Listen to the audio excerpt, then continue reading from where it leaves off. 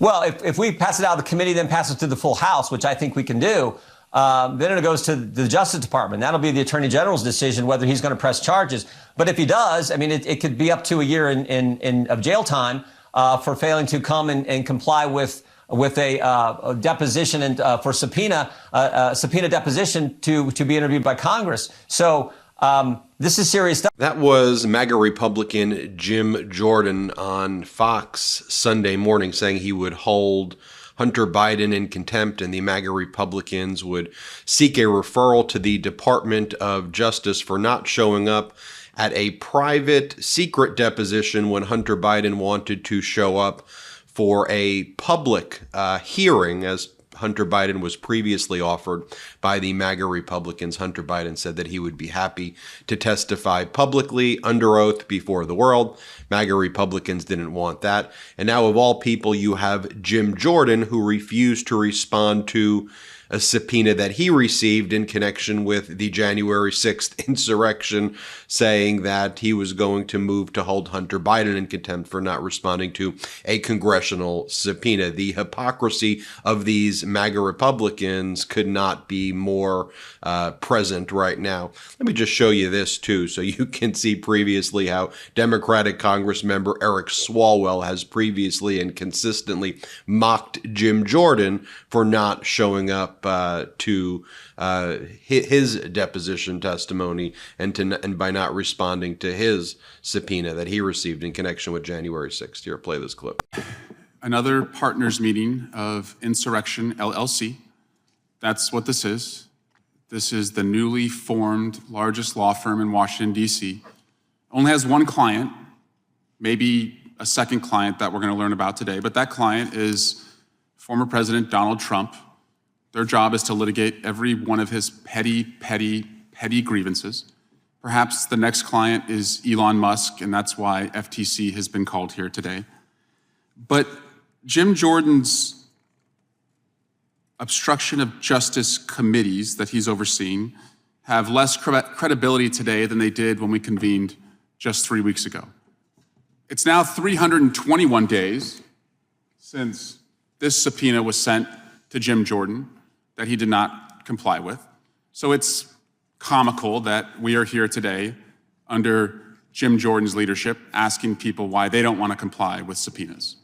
The guy won't comply with the one that was sent to him 321 days ago. Witness to a crime, the crime that has led to more arrests than any investigation in America. He's a witness being asked to do his patriotic duty and respond to a subpoena 321 days later, refuses. Also, since the last hearing of this committee to obstruct justice, Chairman Jordan is now interfering in an independent criminal prosecution. There's an investigation in Manhattan, also in Atlanta, also at the Department of Justice, into the former president. And Jim Jordan has sent a letter to the independently elected District Attorney Alvin Bragg of Manhattan. He is asking Alvin Bragg to commit a felony. Why is he asking Alvin Bragg to commit a felony?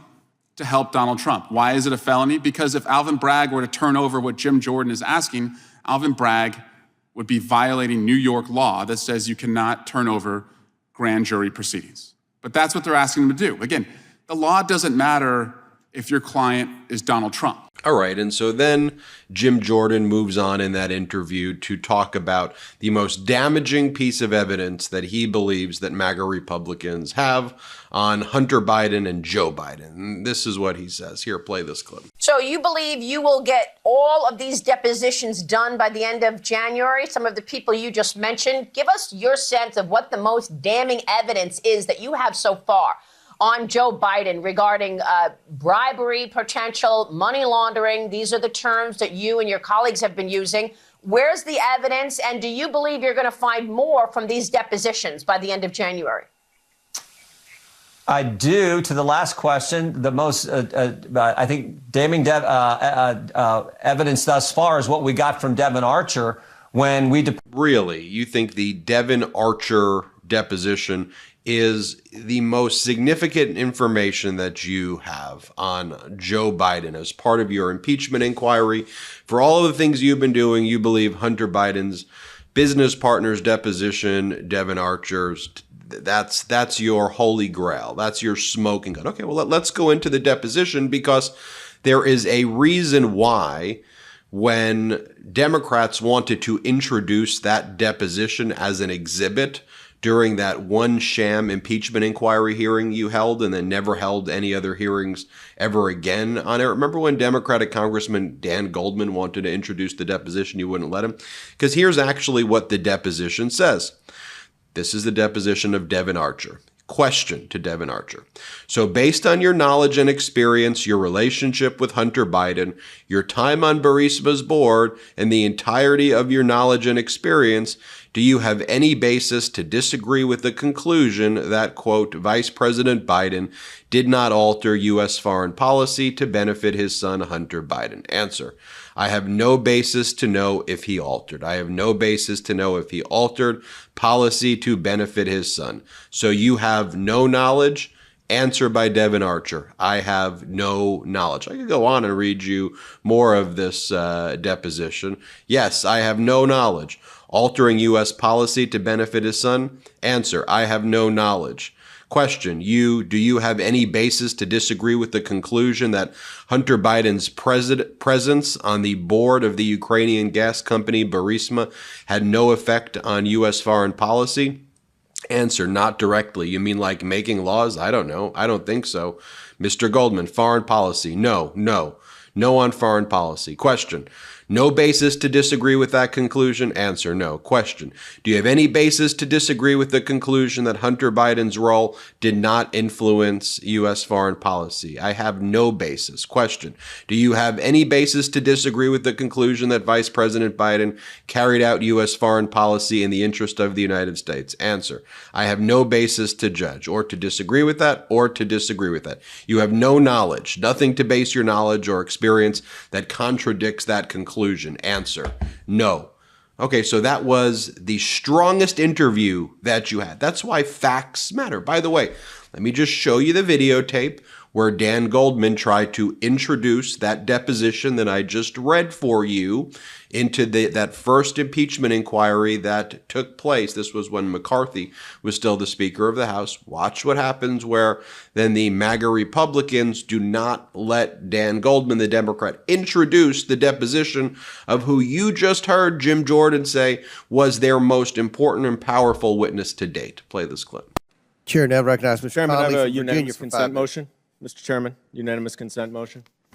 I ask unanimous consent to introduce page 131 of the transcript of Devon Archer's testimony, where the question is asked, but he did not provide the Burisma executives with actual access to his father. The access to his father was an illusion of access. Gentlemen's out of order. You'll have Right. time in your Right. 5 minutes. An Chair, now illusion of recognize access Mr. to his Connolly from father Virginia other for than 5 social. minutes. Thank you, Mr. Chairman. Is it admitted? I object. The clock's ticking, Mr. Connolly. What's the objection based Mr. on? Goldman's taking your time, Mr. Connolly. You have it's your turn. Okay, let's move on. Elise Stefanik, MAGA Republican, then went on Meet the Press, and she was asked questions about the January 6th insurrectionists. And watch how she responds. Play the clip. To this key question, do you still think it was a tragic day? Do you think that the people who stormed the Capitol should be held responsible to the full extent of the law? I have concerns about the treatment of January 6 hostages. I have concerns. We have a role in Congress of oversight over our treatments of prisoners. And I believe that we're seeing the weaponization of the federal government against not just President Trump, but we're seeing it against conservatives. We're seeing it against Catholics.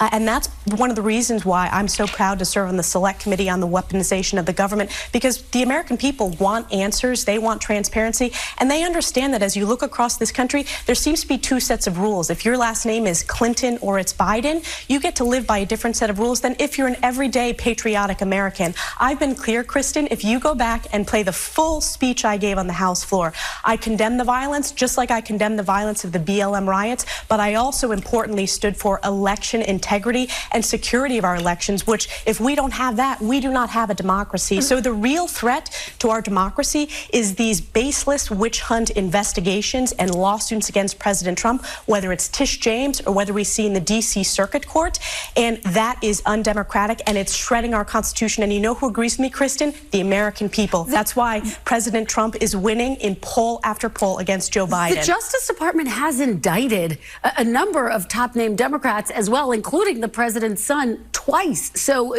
I mean, a lot of critics would argue that undercuts your argument. There are two systems of justice. If you want to try to, I want to answer you? that. If you want to make that case, the American people are very smart. They know that they tried to give Hunter Biden a sweetheart deal. We've heard from multiple IRS. He's been indicted twice, Congresswoman. But it was because of a judge that threw out a sweetheart deal that was negotiated on Joe Biden's behalf. Joe Biden and the Department of Justice have been withheld from going after the Biden crime family, which Joe Biden sits atop of. Other top Democrats have been indicted as well, but we have a lot to get to, so I want to stay on track. So you have Elise Stefanik there saying that the January 6th insurrectionists are hostages.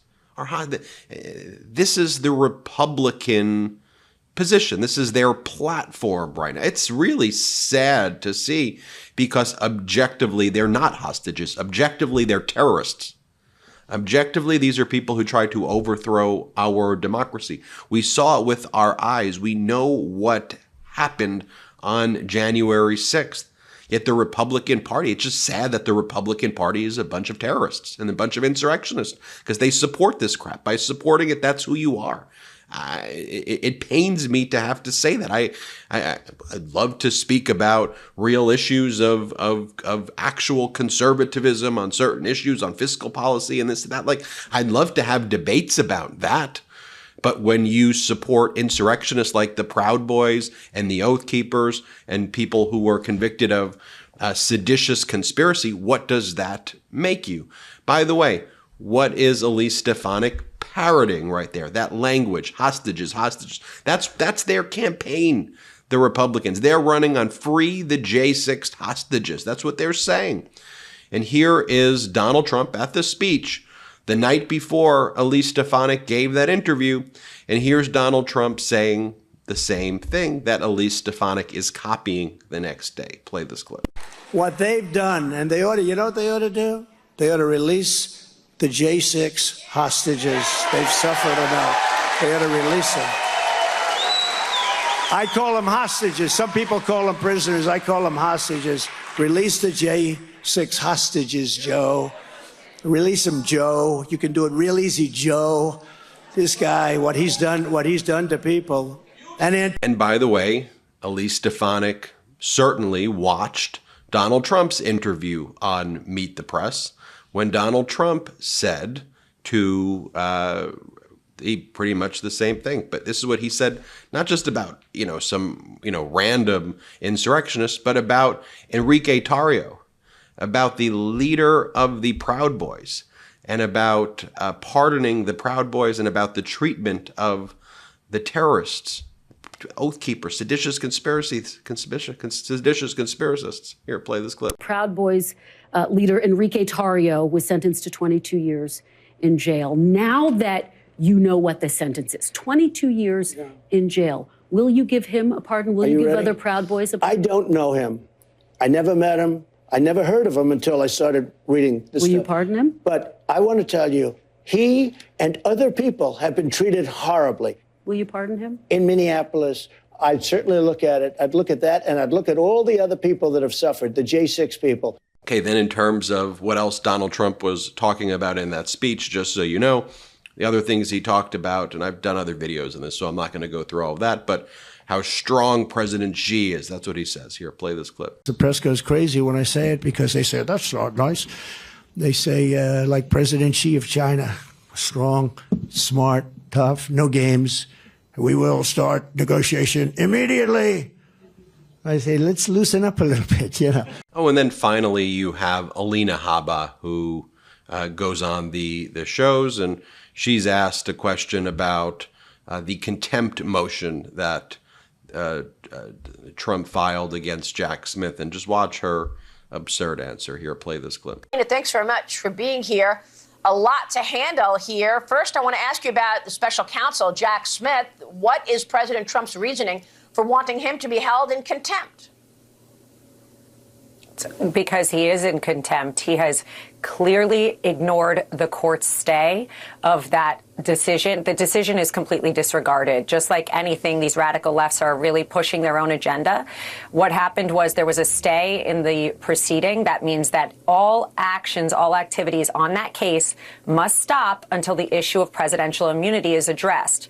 That means that the president would have immunity during the time as he was sitting president, the same immunity Biden and Obama and everybody else gets. He should be afforded that immunity. That decision needs to be made before there can be any activity on this case. Jack Smith has completely disregarded the Washington court's decision to stay pending the immunity decision and has continuously filed motions to inundate our team and disregard the law. It is a clear contempt case. I know that if I was sitting as the counsel doing that and filing motions, I would be in contempt very quickly. I would be sanctioned. So let's see how they hold the cards on this one. But to me, it's a clear-cut contempt. She goes, we brought a contempt motion because he committed contempt. He keeps on filing things while there is a stay. And she goes, I would be sanctioned if I did that. No, you'll be sanctioned for filing frivolous things. There's nothing wrong with Jack Smith filing anything on the docket or voluntarily producing any documents to you. You don't have to respond to it. A stay stops the proceeding. If Jack Smith wants to voluntarily turn over things on the docket, the same way that you are voluntarily giving a speech on Fox and spreading disinformation, Jack Smith can file accurate legal documents on the docket. You're under no obligation to respond. It doesn't create any burden to you by just don't look at it. And the fact that you're filing a contempt motion on the basis that it burdens you to the fact that things are being filed on the docket. And then notice what they go to. We filed the absolute presidential immunity, the same thing that Biden and Obama got. Biden, Obama, Bush, Clinton, Bush, Reagan, go back. They don't have to invoke absolute presidential immunity from criminal conduct because they're not engaged in insurrections against the United States government to try to overthrow a free and fair election. You tie all of those interviews together, Jim Jordan, Elise Stefanik, Alina Habba, that just paints a picture of who the Republicans are in 2024 following that video I showed you of Donald Trump. They're all in. They're all in on the fascist MAGA idiocracy messaging. They're united in this, the MAGA Republicans. It's just pushing it out.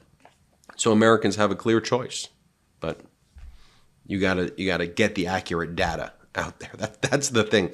The key thing is getting the accurate data out there to the American people. That's where I need your help. Just show people the videos.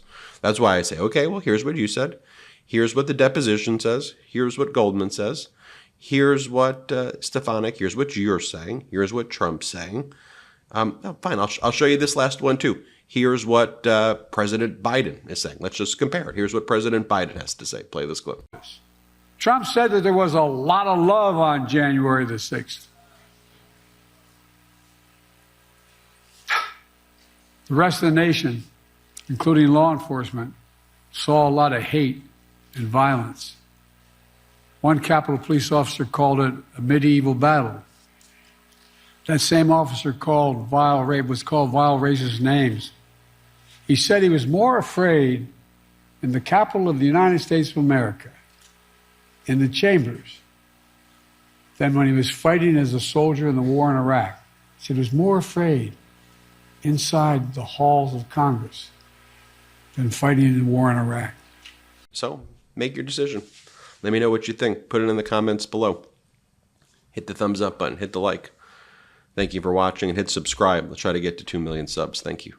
Thanks so much for watching. We're only a few subscribers short of 2 million subs. Please subscribe right now to the MeidasTouch YouTube channel for free and help us grow this unapologetically pro-democracy network.